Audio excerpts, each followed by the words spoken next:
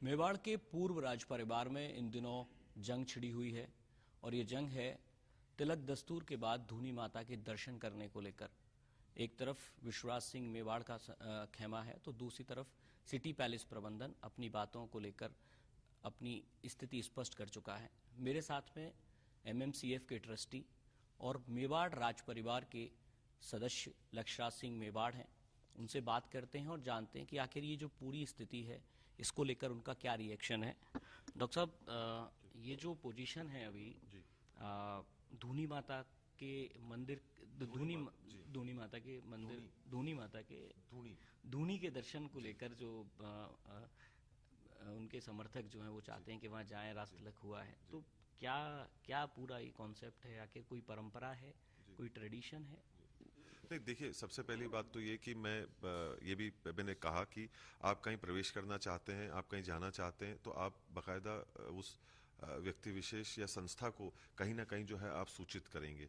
सहमति असहमति होना या ना होना एक अलग विषय है, और अगर ऐसी कोई परिस्थिति आती है कि जहाँ कोई सहमति नहीं बन रही हो, तो इसका मतलब तो ये नहीं हो जाता कि आप कानून को अपने हाथ में लेकर अपनी मनचाही इच्छा को जो है वो आप गुंडागर्दी करेंगे। आपकी एक इच्छा है, हमारा एक मानना है कानूनी रूप से, तो आपकी इच्छा और हमारा मानना अगर कहीं नहीं, ये दो चीज़ें जो हैं वो नहीं मिल रही हैं, तो हमको कहीं ना कहीं कानून का दरवाज़े जो है वो खटखटाने की जो है वो आवश्यकता है। पर इसका मतलब ये तो आपको इजाज़त नहीं मिल जाती कि आप कहीं पे भी जाकर जो है वो गुंडागर्दी करें और अपने समर्थकों से या प्रशासन के माध्यम से हमारे दरवाज़ों को तोड़वाने का जो है वो प्रयास करवाएं, और एक गैर कानूनी रूप से जो है, जहाँ बड़े बुजुर्ग, महिलाएं, बच्चे सब जो हैं वो रहते हैं, उस जगह के अंदर हम जो है वो प्रवेश करने का प्रयास करें। लक्षात जी, एक तरफ लोकतंत्र है, दूसरी तरफ राजतंत्र की प्राचीर है। जी। एक तरफ राजतिलक होता है, उसके बाद में ट्रेडिशन के नाम पर कहा जाता है कि धूनी के दर्शन होने हैं, फिर एकलिंग जी के दर्शन होने हैं जो राजा हैं इस मेवाड़ के। तो ये जो परंपराएं हैं, इनके निर्वहन के बीच में कानूनी पेचीदगियां हैं, उनको कैसे आप स्पष्ट कर रहे हैं, कैसे आप बता रहे हैं कि असलियत में होना क्या चाहिए? देखिए, कानून की जो पेचीदियां हैं वो कानून ही जो है वो हम चल सकते हैं। मैं एक मत रखूंगा, यहाँ पे हम एक मीडिया ट्रायल नहीं चालू करना चाहते। हम सिर्फ ये कहना चाह रहे हैं कि अगर कोई सहमति या असहमति है तो उसको कानून के माध्यम से जो है वो सुलझाने का है, हम लोगों को प्रयास करना चाहिए। और इस तरीके हम किसी भी प्रकार से जो है वो कानून को हमारे हाथ में ना लें, लोगों को ना उकसाएं। जब खास तौर के ऊपर हम लोग को एक राजनीतिक पद के ऊपर, चुने हुए पद के ऊपर जो है वो हम बैठे हैं, हम किसी भी एक राज्य के अंदर जब हम एक व्यवस्था को चला रहे हैं और हम एक राजनीति के अंदर हैं, तो वो राजनीति का हम लोग दुरुपयोग करते हुए अपनी निजी फायदों की के लिए उसको जो है वो इस्तेमाल जो है वो ना करें, और कानून का सहारा लेते हुए हम काम करें। एकलिंग मंदिर में दर्शन को लेकर भी ये बात सामने आई कि वहाँ पर प्रवेश नहीं दिया जाएगा या फिर बहुत ज़्यादा भीड़ जो है वो प्रवेश ना करे, तो उसको लेकर आप क्या स्थिति स्पष्ट करना चाहते हैं? वहाँ के ट्रस्टी हैं आप मंदिर जी, के। आधी बात आपने सही फरमाई है। वो ये है कि जब इतनी भीड़ हो जाती है तो भीड़ को कहीं ना कहीं जो है वो व्यवस्थित तरीके से मंदिर के अंदर प्रवेश करवाना जो है वो एक जिम्मेदारी रहती है। तो हम ये चाहते हैं कि अनुशासनिक तरीके से जो है लोगों के दर्शन हो। हम ये नहीं चाहते कि वो व्यवस्था किसी भी प्रकार से जो है वो बिगड़े, लॉ एंड ऑर्डर की परिस्थिति जो है वो खराब हो किसी भी प्रकार से।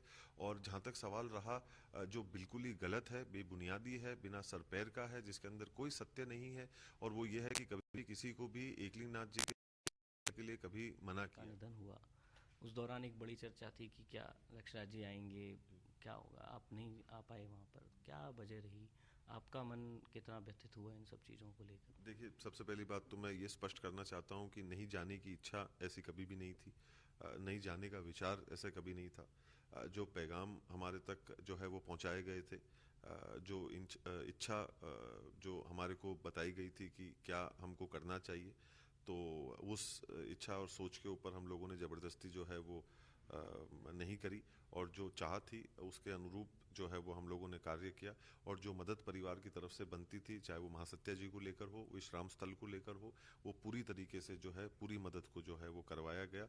और जैसे हमारे से जो कहा गया करने के लिए, हम उस अनुरूप पे हमने काम किया। अब ये पूरा जो मसला है, 2-3 दिन से प्रशासन भी कोशिश कर रहा है। आज जिला कलेक्टर ने कहा कि हम लोगों ने अपील करी है दोनों पक्षों से 5-5 लोग भेजें। आपके हिसाब से कैसे, क्या लगता है आपको, कैसे इस पूरे मामले का निराकरण होना चाहिए, निस्तारण होना चाहिए? देखिए मैं यही कहता हूँ कि अगर निवारण करना है तो कानूनी रूप से हम लोग जो है वो निवारण इस चीज़ का करें। हम किसी भी प्रकार से कानून को हाथ में ना लें। हम लोगों के जो है लिए एक बाधा ना बने। अन्य लोगों को जो है वो तकलीफ ना पहुंचाए। एक व्यक्ति विशेष की कोई एक निजी जो है वो भावना है, तो आप अपनी निजी भावना को जो है वो अन्य लोगों के ऊपर हम थोप के अव्यवस्था का जो है माहौल मंजर जो है वो पैदा ना करें। कानून और भय का जो है वो एक माहौल ना पैदा करें। असुरक्षित होने का, हम स्वयं हमारे घर के अंदर जो है वो असुरक्षित जो है वो महसूस करते हैं कि कहीं ऐसा तो नहीं है कि सरकार या प्रशासन या व्यवस्था जो है वो जो सरकार के अंदर बैठे हुए लोगों के मंसूबों को पूरा करने के लिए जो है जोर जबरदस्ती हमारे साथ में करेगी। तो ये कहीं तक भी जो है वो एक ठीक बात जो है वो नहीं है। और इन चीज़ों का निवारण अच्छे तरीके से, एक साफ मन से, एक सच्चे दिल से जो है वो बिना गुंडागर्दी के, बिना भीड़ को जो है वो एकत्रित करे हुए और व्यवस्थाओं का गलत और दुरुपयोग ना करते हुए किया जा सकता है। बिल्कुल लक्षराज जी, हमसे बात करने के लिए धन्यवाद। तो ये है लक्षराज सिंह मेवाड़, जिन्होंने साफ किया है कि किसी भी तरह की परिस्थिति हो लेकिन उस सब का निराकरण संविधान के अनुसार, कानून के अनुसार ही हो सकता है। किसी भी तरह का भीड़ तंत्र जो है वो कोई निर्णय नहीं दे सकता। कैमरा सहयोगी प्रकाश के साथ Ravi Kumar Sharma, first India news, Udaipur.